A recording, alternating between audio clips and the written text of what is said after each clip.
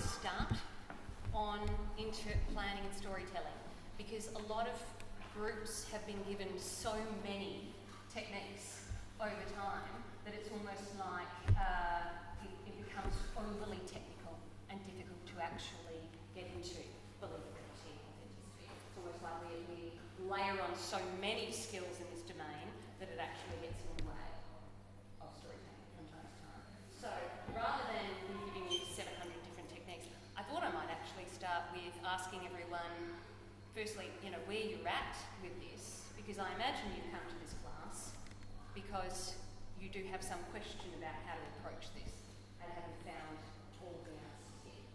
I mean, actually. But if you have got the answers, please come. So we might just go around the room, and there's no pressure, and if you prefer not to say anything, it's fine. But if you could just say what you're hoping to get out of this class, and if there is some aspect of interpretive planning, storytelling that you have or are struggling with in any ensemble, that has been sort of your biggest barrier to knowing where to begin or how to proceed with this and connecting your performances to story. And it doesn't have to be barbershop. Look, I feel like I kind of get it, and I get the story and that I am doing it. But what do people see? Am I doing enough? Am I doing it? So I think I'm doing it, but it'd be interesting to know where I really am from the audience point of view. Yes. And is that something you've had any feedback from coaches or videos? Well, yes, in that at times I am doing it.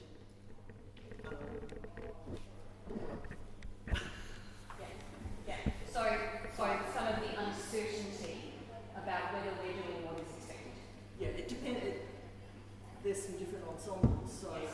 I guess in some ways it's like, what are the other people doing? Because if on one ensemble it's me, and the others perhaps not, but another ensemble they're all doing it and I'm doing this much that's not as much as the others. So it's kind of a unity thing as well. Yes. So you raised a couple of really tricky things that we'll come back to. So I come from a place of I can connect to a lyric really well, but showing that to an audience is a different story. I tend to be very one note, like just sing it. I can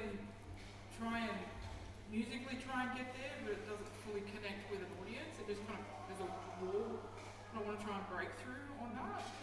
And either I get in a chorus situation, I feel like I'm either doing too much and not bringing it back, or not meeting everyone there. I'm either doing 0 or 100 and trying to find that middle ground. Yeah. And Jen, and again we'll come back to the broader thing, if you're comfortable, just from a personal perspective, that difficulty with things sort of crossing beyond other people, sort of feeling what you're trying to get across, is that ever a problem for you outside of study? Yes. Okay. Yeah. So, because I think sometimes there's a very big difference between I'm somebody who's very demonstrably expressive, but I find that I go into a different mode when I'm singing, versus people are asking me to do things with my face and body that are not how I actually communicate. Yeah. So that's pretty good. I'm on the quartet at the moment, but previously in the quartet we've used tactics as our method of planning interpretation, and that's just a whole other layer of detail you have to remember, and you wonder whether it's actually worth doing all of that, and often it's usually the last thing you get to, of course, after you've learned the notes and words and tried to get all the musicality stuff to line up. So there's an easy way to do it. I'd love to know. And what's your reflection so far on whether that tactic is working for you? We try, but the difficulty is remembering. Which tactic are we up to now? Yeah. and this is the... so it feels a bit robotic rather than natural. Yeah. That's also a problem with adding performance lines. Yeah. I'm exploring the difference between people who, it's not as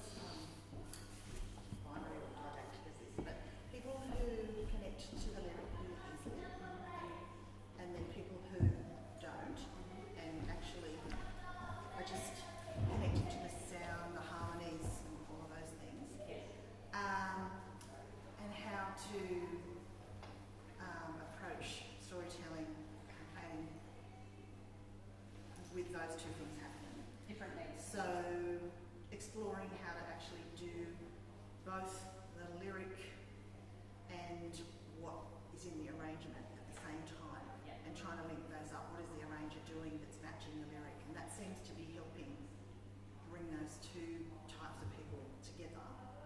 And I'm kind of the person that's never cared what the story's about in the song. I'll be like, people, you know, someone might ask me, what's this song about?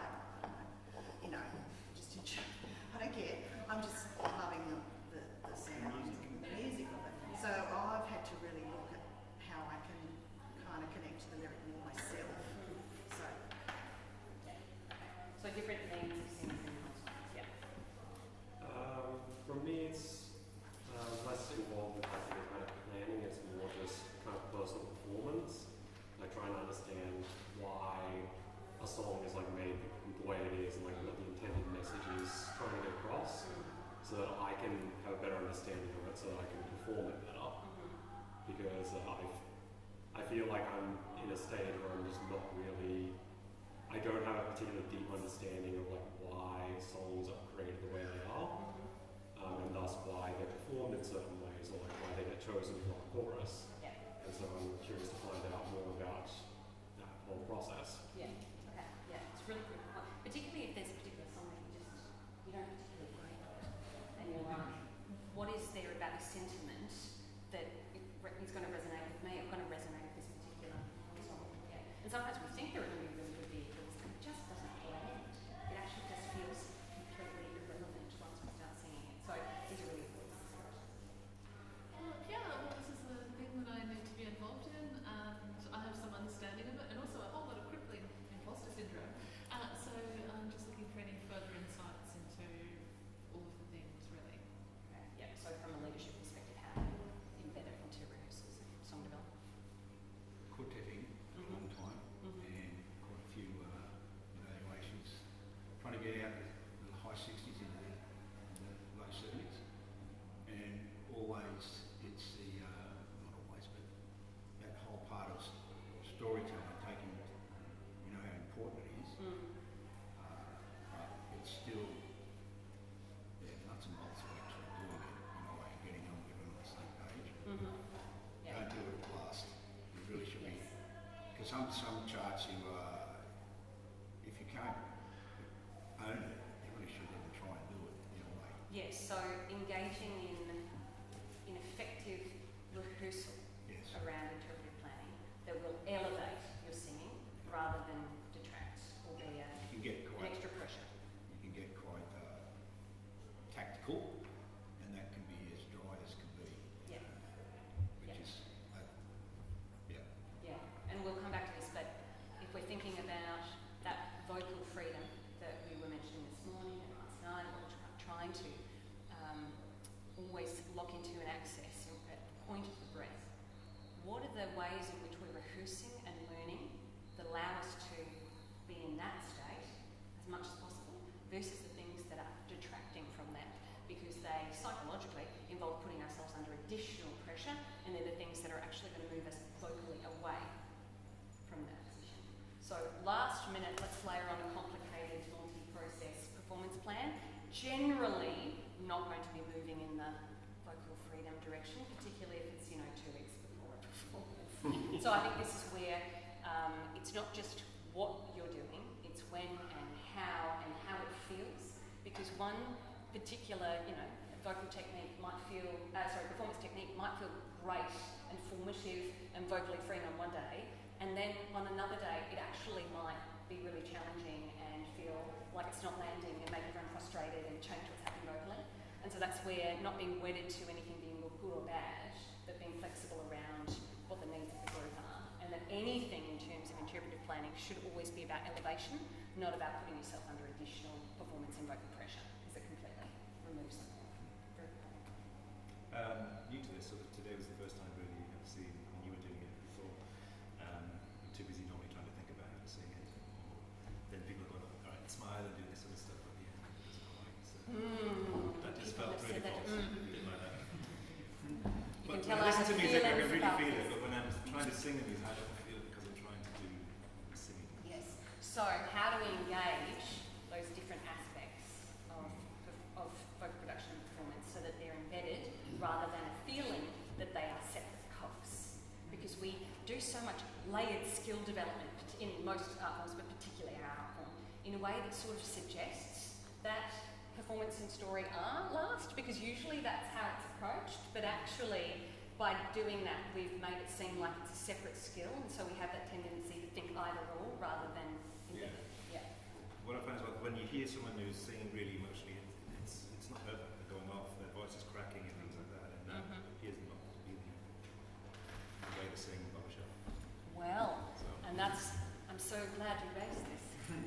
For I feel, I am going to owe so much money at the end of this weekend. That is such a critical thing because we have a lot of beliefs in barbershop, and we're going to come back to that. I just want, as already said, in a course I want to improve the way we introduce new songs.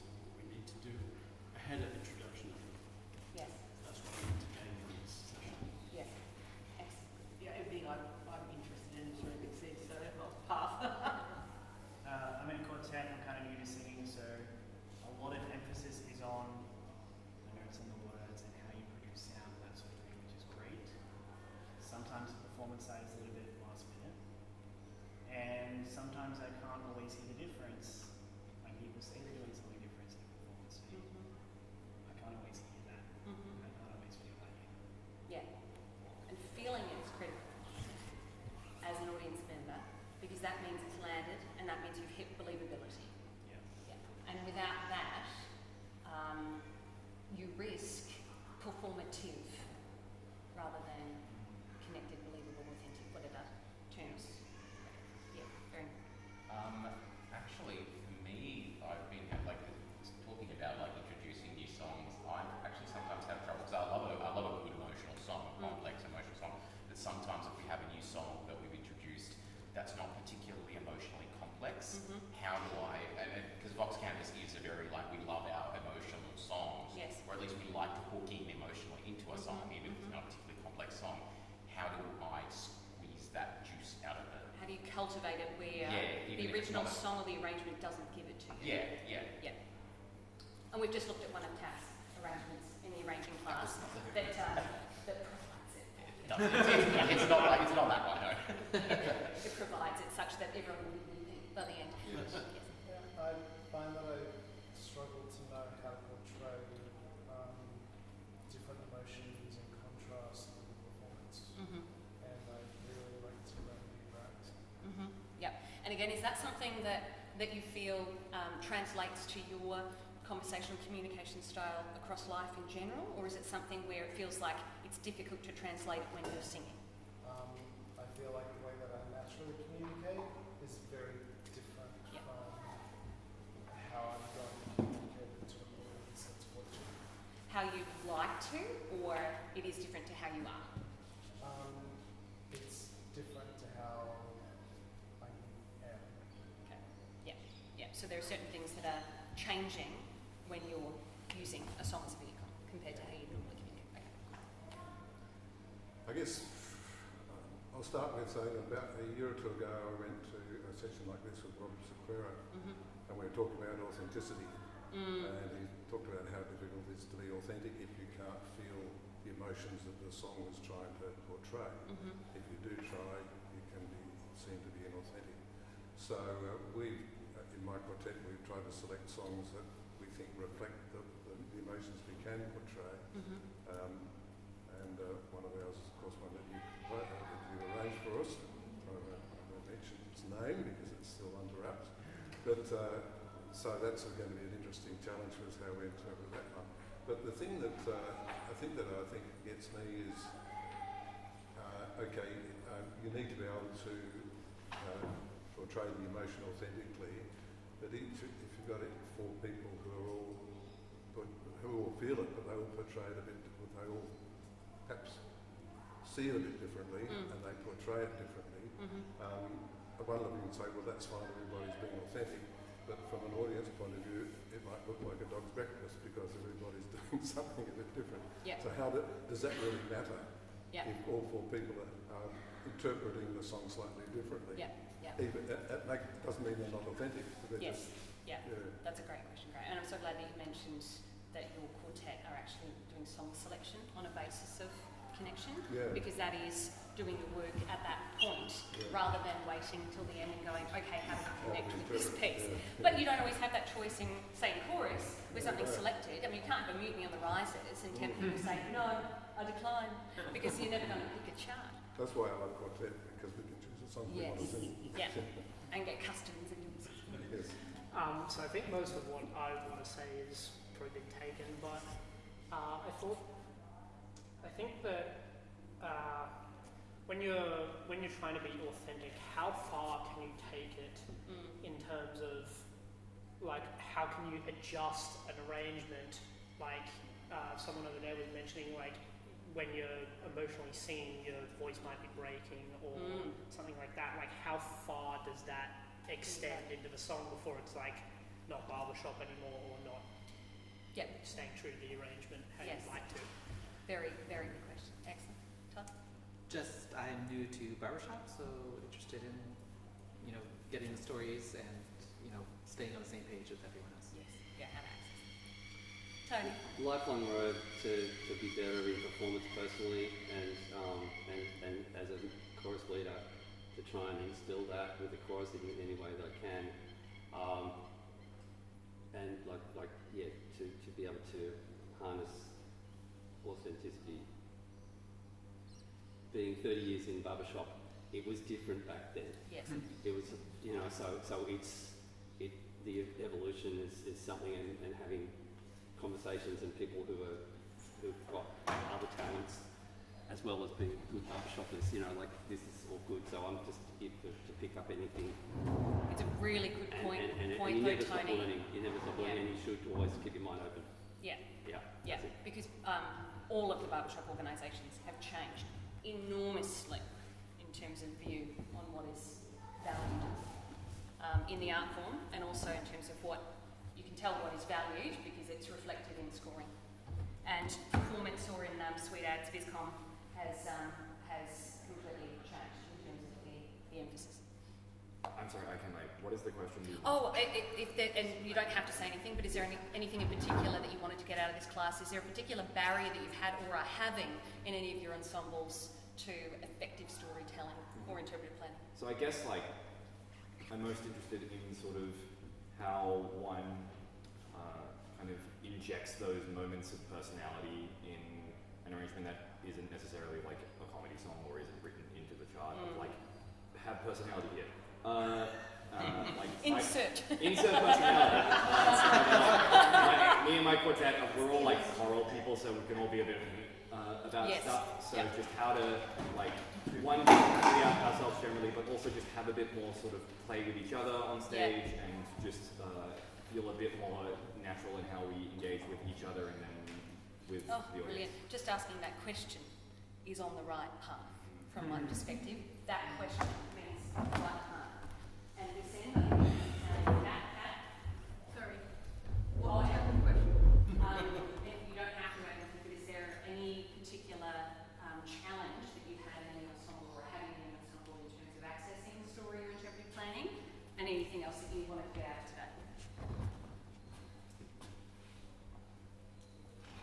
I think the different tools to allow people to create a genuine reaction to a story without giving them the story.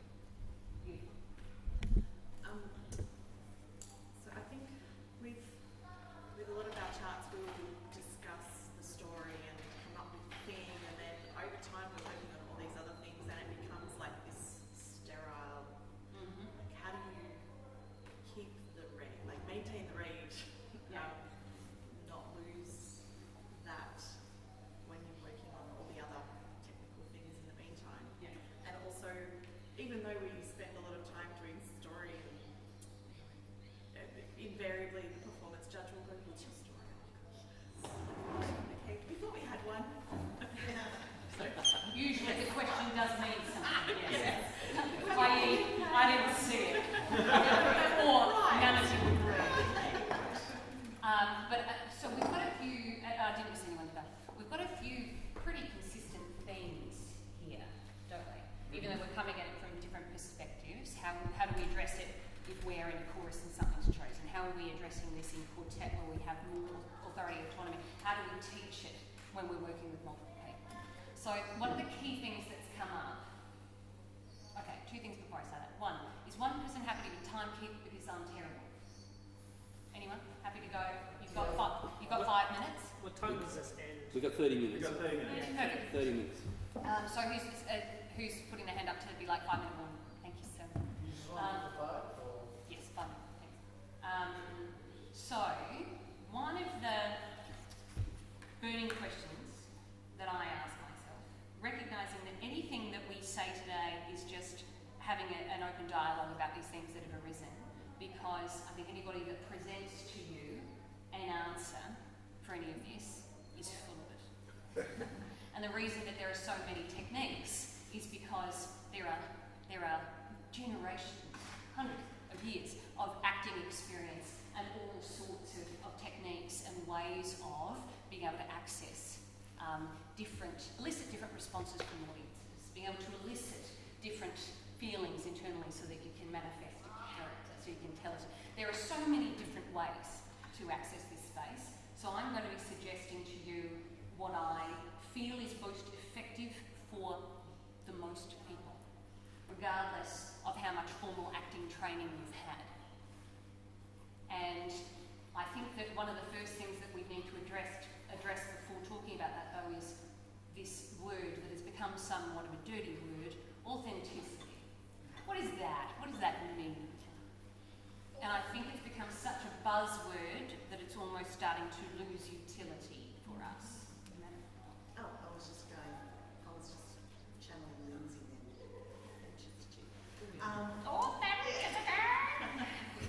I think it's people feeling like they can feel it in their body and own whatever it is that they're saying and wanting to communicate and express. And feeling that it's not fake and it's not performative. And who gets to decide? The audience. The judges. And this is the division. Who gets to decide?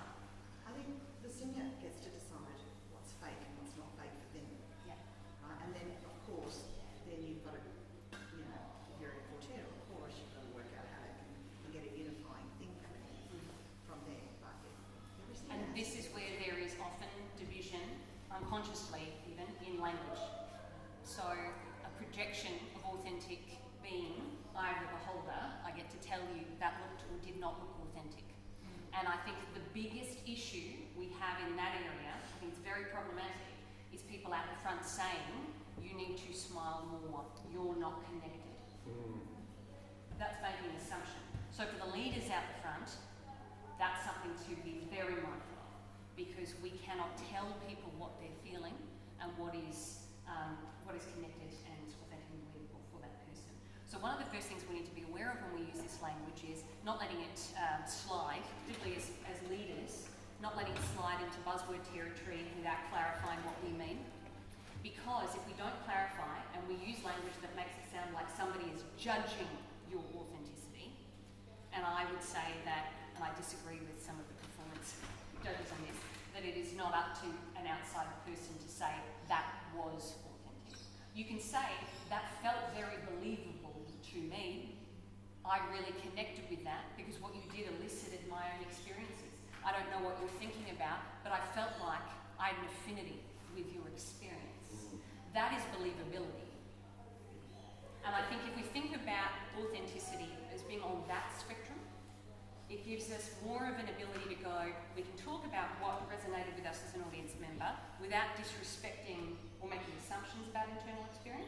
Certainly not telling people they're not being authentic. That can be extremely damaging. But also we can express curiosity from our singers and quartet colleagues and other people in chorus rather than making assumptions. We can say, how did that feel for you? And note if somebody says, that was the most connected I've ever been. I really felt that I was telling my story, and recognise that it's not up for us to judge then how meaningful that is in terms of translation. Now, the reason I raise this is because the word authenticity came up a lot, but we were using it in slightly different ways, so it's so important we have clarity. The other thing is that If we know that authenticity and connection to story, so that we elicit connection and believability in others, is about us feeling attuned to it rather than trying to show it, we are less likely to be performative. Does that make sense? So what happens when we get worried that we are not doing enough with our faces, that we are not looking unified with other people, that we are not showing the story correctly? All of that language is fear of judgment. Yeah. Fear of negative evaluation. And what does that do? Remove the likelihood that you will be connecting with it and showing any vulnerability. But a lot of this is also around how safe we are in our creative environments to play. I'm not asking you all to then just switch and be profoundly vulnerable, because this requires conversations. You can't proceed with that, but if you might be in a quartet or a chorus setting, or have a coach come in, and the coach says, I need you to smile more, you're not being believable. If you've got that sort of environment, and you're trying to put yourself out there, that can be excruciating. So what I'm trying to say is that it depends on the environments you're in as to how safely you can play, but I want you all to walk away from this challenging, unbridled use of the word authenticity without challenging what people mean by it. And that if anybody ever says to you, I need you to do more with your face, that means nothing.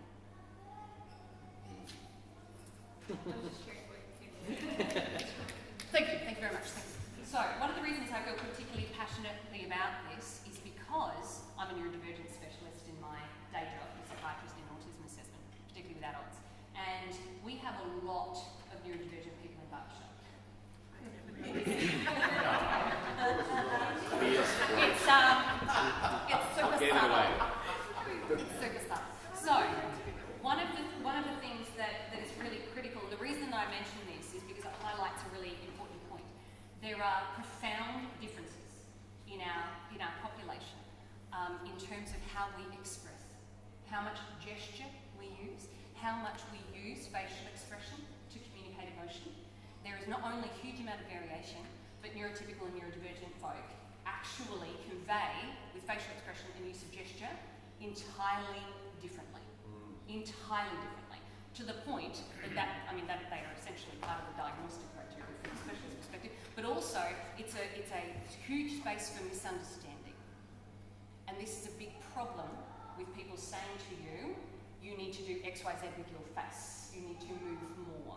Because that is getting you to engineer something that you feel you're meant to do, rather than moving or expressing in a way that is genuine for you.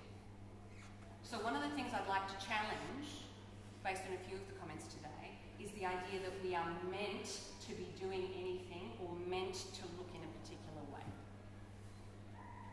Can I just make a comment? Maybe rather than focusing on authenticity, we should focus on entertainment. After all, that's what we're supposed to be there for, is to entertain the audience. Great, music after my own heart. So, if we come back to not necessarily the concept of entertainment, but the conceptualization of connection. So, in order to navigate that divide between fear of what the person in front of you is thinking and how they're judging whether you're being believable or not, being believable but feeling like it might not necessarily be crossing the footlights, because this is something that we do come across in acting. It's not just completely, okay, if it feels right for you, then it's fine. In acting, there's a big difference between what we would do if we were doing screen work, particularly close-up screen work, versus cinematic work, versus theatre work. And in a smaller theatre space, there is a lot more that you're doing in terms of vocal projection, but there's also a lot more exaggeration of what you'd be doing so that your performance hits the end of the room. If you were to perform in that way for close-up camera work, you would look like you were a pantomime performer, and it would seem completely farcical. But one of the things that we always had to be really careful of in theatre work was that it didn't become farcical, that it didn't become panto and so exaggerated that it was this sort of Shakespeare. To be or not to be. I mean, you're not believing any of that, are you? There's no connection at all. So how to make sure that although you're recognising that it probably needs to be bigger, it needs to be an exaggerated version. It's still got to come from a believable, connected place, otherwise it becomes performative. It becomes pantomime. It becomes a version of a story rather than being connected to you. So that is something that is difficult, but I'd say that by and large, that's about being able to harness and access your own story and feeling like you can tell a story that is meaningful to you, genuinely meaningful, making sure we come back to that. And then once you've got that consistently, then working on how to make it bigger. Kind of like with vocal skill development, we wait until we've got that really consistent, freely produced resonant space before we add on a whole lot of other layers of artistry. If we add them on too early, we risk forcing. It's the same with these performance elements. If we're just focusing on cross the footlights, make it bigger, we're more likely to steer into performative than to connect with our audience. So, one of the best shortcuts, I think, if you had 10 minutes on a piece that you're about to perform, if we were doing this last minute bit of adding performance stuff, you can, it's got good value. And the shortcut is, when we perform this for this audience today, what do we want them to feel? What do we want from them? So if we take Rocket Man as an example, there is no correct answer, by the way. And we would frame it as a super objective of, if I were to perform it today, I would want to be from the audience. What are some ideas that you can think of now that we've been playing with Rocket Man? What would you want to elicit from an audience in front of you today? I'd want them to groove along. Mm-hmm. Now, if you say, I want to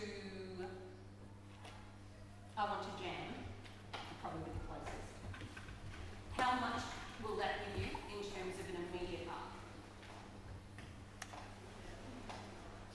Not much. Yeah. So you go, okay, I'm going to steer into it. But it's not going to give you very much in terms of what is the connection. Yeah. Yeah, you can have a jam with them, but that is set at the beginning. What are some other options? Get to listen to the actual lyrics. Yes, so your super objective from the room in front of you might be to be heard. Not heard, you listen to a song, they would have heard it, but you're doing it differently now. They might see something more interesting. So, and what I'm doing is I'm switching it because you're giving me something technical, and I'm switching it to, if you wanted to have a relationship with your audience today, if there was a reason for you as a group to exist and to sing Rocket Man to an audience this evening, and actually there are 2 people staying at the venue who are going to pop over, so you are going to have 2 keen being audience members who are not barbershoppers, who live in Perth and may well join Bacon next week, right? If you play your cards right, what would you want from them? You want to be what? What do you want to elicit from your audience?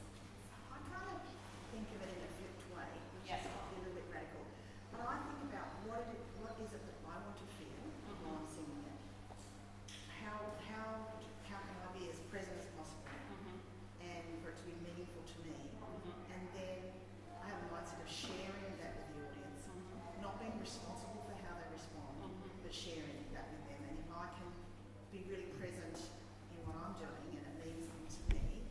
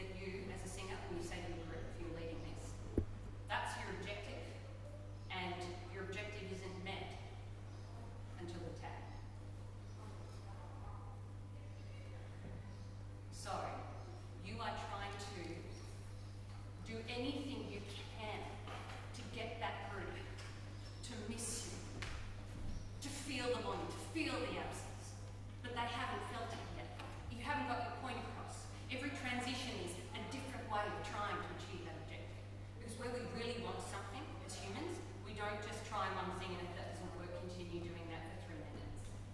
If you think about it at the level of anyone who's done training with sign would have heard this as an acting technique. If you think about it as a toddler or a 3 or 4-year-old who really wants a cookie, they might try all sorts of ways to get the cookie, and they're probably not going to be subtle, and they're probably not going to go, can I please have it, can I please have it, and just do one thing. They go, Mummy, you're the most beautiful mummy in the world, and because I'm such a good worker, I please have a cookie. But I want a cookie! I want it! If you don't give me a cookie, you're the worst mum ever! The transitions there, toddlers are so much more effective at communication. They're so much more versatile, right? That level of transition, if we're looking at authentic but huge shifts, that's what we can engineer. And if you were the toddler who's going for the cookie, I would hope that none of that seemed insincere. I mean, that would be how I would be as a 3-year-old, really wanting the bloody cookie. So, those sorts of transitions and coming at it from that direction and trying different things to elicit that reaction. If you've got lots of time, you can script that out. If you've got 10 minutes, you say, we're all agreeing that this is what we want to achieve. This is we want our relationship to be with this audience. But we do not get that met. So you spend the whole time you're singing, trying everything you can individually to get them to miss you. That's pretty powerful. If you pick one that's strong enough, and if it's too weak, a super objective, it just doesn't really feel congruent. Nobody gets far enough. It's got to be something pretty big so that you actually feel the absence of the thing until the point of release of it passes. And usually it's best not to allow the fulfillment until the tag. Otherwise, why are you still talking? If you've been given the cookie, why are you still asking for the cookie? You want another one? You've moved on to the second person in the audience, right? They missed me, now I'm watching you. But there's still a request or a demand or an insistence. It is relational, and this is one of the ways we can ensure that despite our most believable, connected performance ourselves, we have less of a risk of that not translating beyond ourselves because it is for other.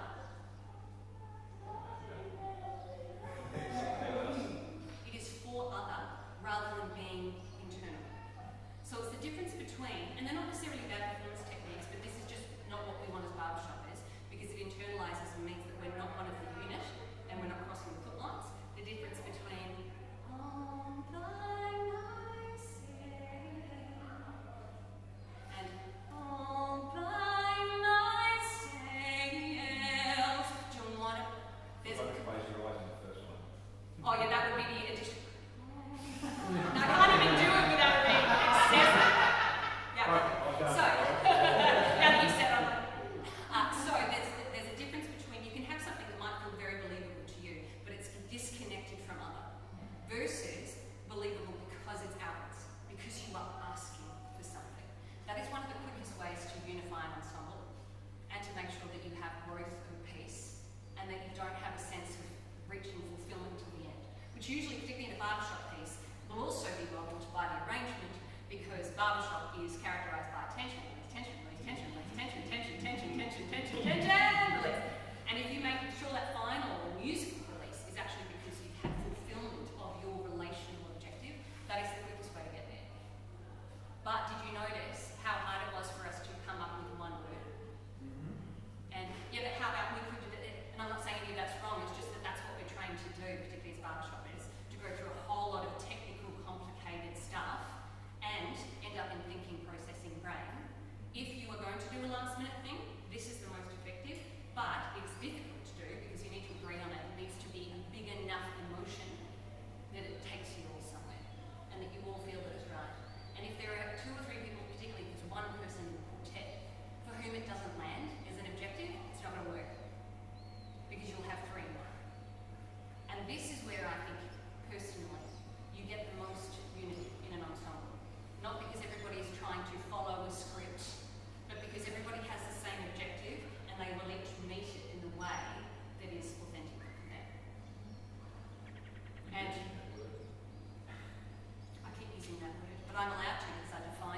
Just letting them, not authentic to the audience. Yes, you're owning the song. Yeah. Believing in the song. Yes, Or you're trying because like if you think about it as a quartet, in the quartet you have to feel that you've connected with that story in a way that makes sense to you individually.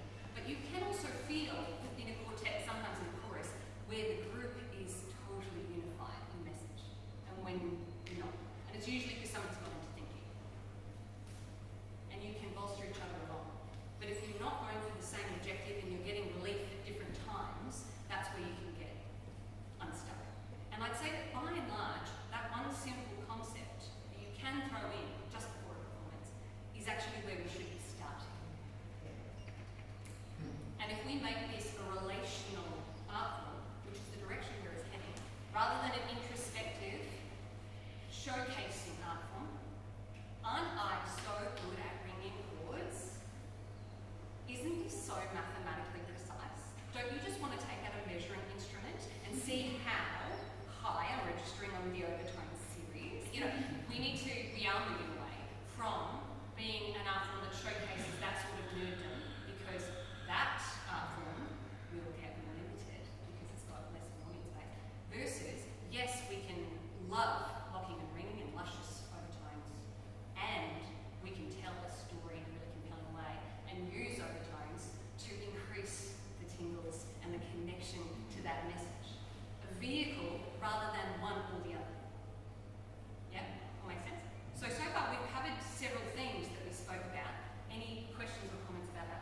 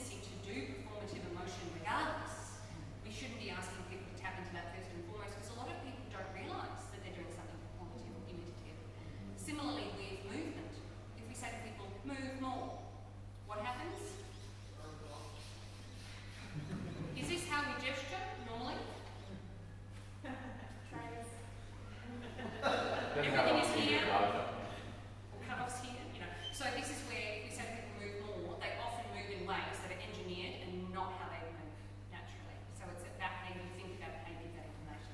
So if you're thinking to yourself, I need to do more with my face, I guarantee it won't be connected. So if you're saying particularly to those who don't engage in a lot of facial expression normally, do more with your face, it is not going to be, and I will answer the question, it's not going to be authentic, and there's a risk that you're saying to people who've masked lifelong, you need to learn better masking skills. Let's teach you how to mask better, and for those who've worked in the neurodivergent space, that is a very bad concept. He's basically saying to people, you're not communicating in the right way day to day, so let's teach you how to communicate correctly. So when I say the most critical thing, particularly for leaders and those in quartets, is do no harm, it's making sure that you're never inadvertently giving people the message that they don't do things correctly with their face or with their gesture and their movement. So that's something that I think is so important, and that informs everything else. Because if you have a situation where you are trying to work on authentic expression and you have realised that when you try to do a story with believability and you bring it to a point that's really connected for you and you feel it so much, and you keep getting the feedback that the person in front of you isn't feeling it, then you've got an opportunity. If that person is going, I need something else that's going to help me lift to the next level, you can then give that person acting skills. You can then say to that person, what I want you to do is I want you to perform it and think about how it looks to you, how you see it.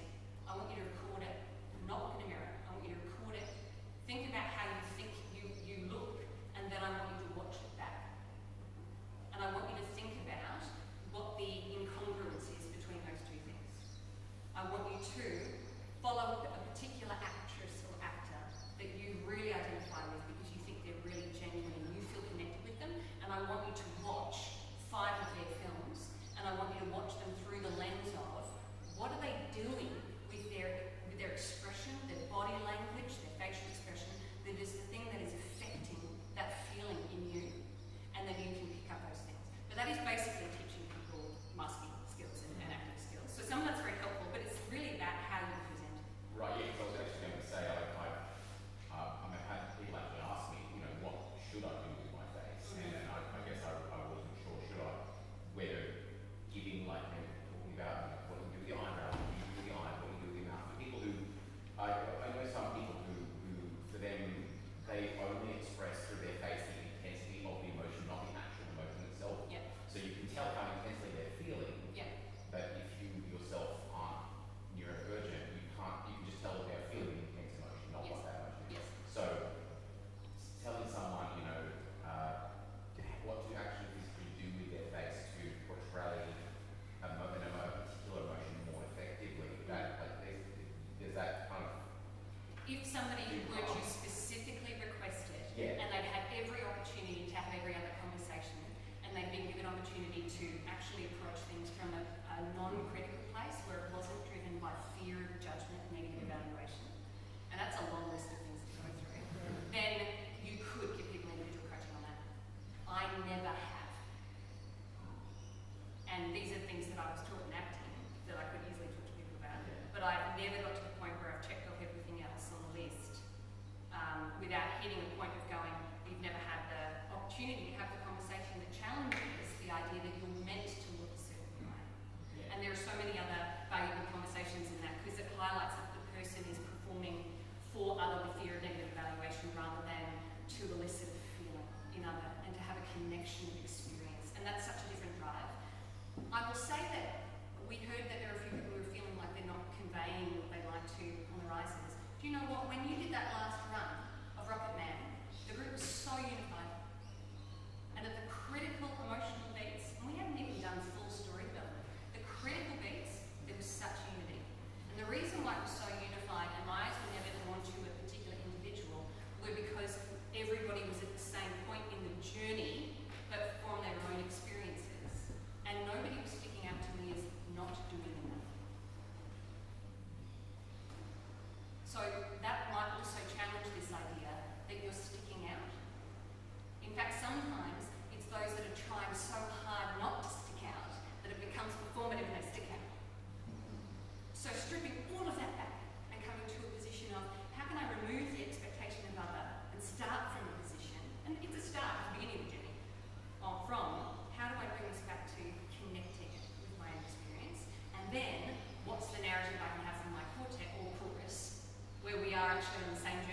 starting at the same point, we've got the same critical beats, and we end up in the same place. Because the thing that makes it look non-unified is not that so-and-so looks slightly irritated and so-and-so looks full-on angry at that point. No, that's not the thing that divorces it. The thing that divorces it is that somebody has just gone off completely on a tangent in their own story and it's actually not in keeping with the journey that we're on. Or that somebody doesn't get to the point of resolution. They're still in, I still haven't got my objective met, and they seem to tag very differently to everybody else. They're usually the main things, the beats, or sticking out because of being performative rather than relinquishing control. And that's it. I can put that forward as a just, but my God, is that a hard one to achieve, particularly when in barbershop we tend to be fairly driven perfectionists. There's a little bit of a selection bias there, not a lot of self-forgiveness and self-compassion, which makes some of this very difficult to access. Sorry? Just at me next time. I'm going to pull out there. Now, I hope that has addressed the bulk of the themes that came up. And there are so many different acting techniques and things that you can use to layer on different things from method and from and all sorts of different schools of acting where it's all about how you personally connect with the narrative versus building a character versus blah, blah, blah, blah. And different people will connect with different things. And there is no right or wrong about that. You can't tell someone that because something doesn't land for them that they're not doing it right. Particularly given that most of us are not professionally trained actors, so we can't be expecting people to suddenly tap into those skills. You've got to modify it to what's right for people. But one of the quickest ends, I think, is to make sure that we're coming at any performance discussion from a perspective of who am I? Why am I here? Why am I singing? Why am I even doing this? How do I respect the person or people in the room in front of me that I'm singing this song for every time I sing? Not just when you have a mix, but when you have a Nick directing in front of you. How are you making sure that every time you're singing Rocket Man today, that it is something relational with Nick and you're telling him something that is important to him? And you are wanting something from Nick. You want him to see something that is true in your story and to connect with the feeling because you know he would have the feeling. Hopefully,